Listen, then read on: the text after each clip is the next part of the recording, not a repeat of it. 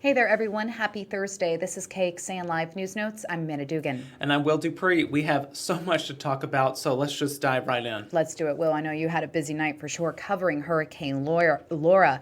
She slammed into parts of the Texas and Louisiana border last night as a Category 4 storm, a really powerful storm here, stronger than Hurricanes Harvey, Ike, and Rita. Historic in its strength, we should note. The storm made landfall at about 1 o'clock this morning with winds up to 150 miles per hour. Now, we had crews not only in Louisiana near the eye of the storm, but also in Galveston, which actually dodged a bullet. You know, we were waiting to see which path Laura would take, and it was the path towards Louisiana. The storm ripped apart areas of that state. Crews captured the moments when winds tore off the roof of the Golden Nugget Casino in Lake Charles. And check this out. This is how it maybe looked in even some people's homes. This is actually video of water pouring out of light fixtures in a hotel. Plus, it blew out a window in a hotel room where our crews were staying this morning. Now, the hurricane is moving north through portions of Texas and Louisiana and will continue to weaken. It'll be soaking those areas with rain. You know, Will, we often talk about hurricanes making landfall, and our cruise, KXAN team, was able to capture the moments that she hit the border. Let's go ahead and check this out.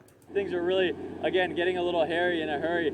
As that outer eye wall starts to move in, we've seen things like, I can't show you because all the power went out around here, but there are little pieces of tin roof on the corners of the building that are starting to rattle and flap in the wind.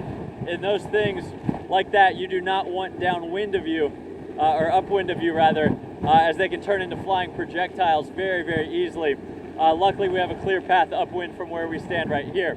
You can see I'm starting to struggle against the wind. That's a good sign that, that's a good sign of hurricane force wind gusts. This is certainly stronger than what we felt with Hurricane Hannah last month on the Texas coast, which was a 90-mile-per-hour Category 1 storm.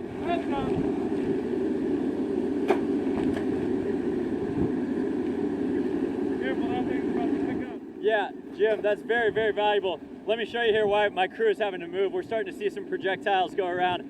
Point the light. That's a piece of tin. Yeah, that's something you do not want hitting you. Also, shine the light up here this way, guys. How about that right there? Yeah. Can you imagine being right there as the storm makes landfall? So pretty amazing stuff. You can actually watch that full video over at KXAN.com. Now, the storm last night, it stirs up a lot of memories for people of other major storms that have hit in this area.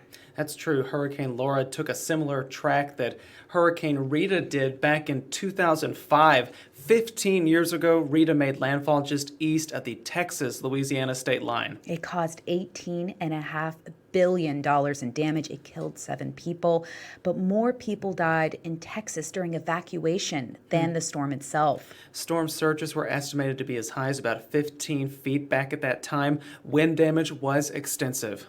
Wind gusts on the coast reached 100 miles per hour, and most of southwest Louisiana seeing 80 to 100 mile-an-hour gusts. At least 90 tornadoes were reported to have been started by Rita.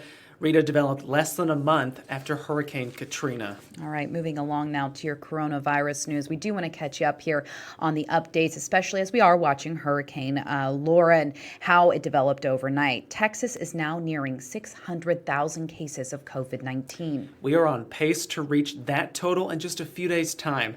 The state also reported 230 COVID-related deaths on Wednesday. If we see similar numbers throughout the week, we'll likely surpass 12,000 deaths.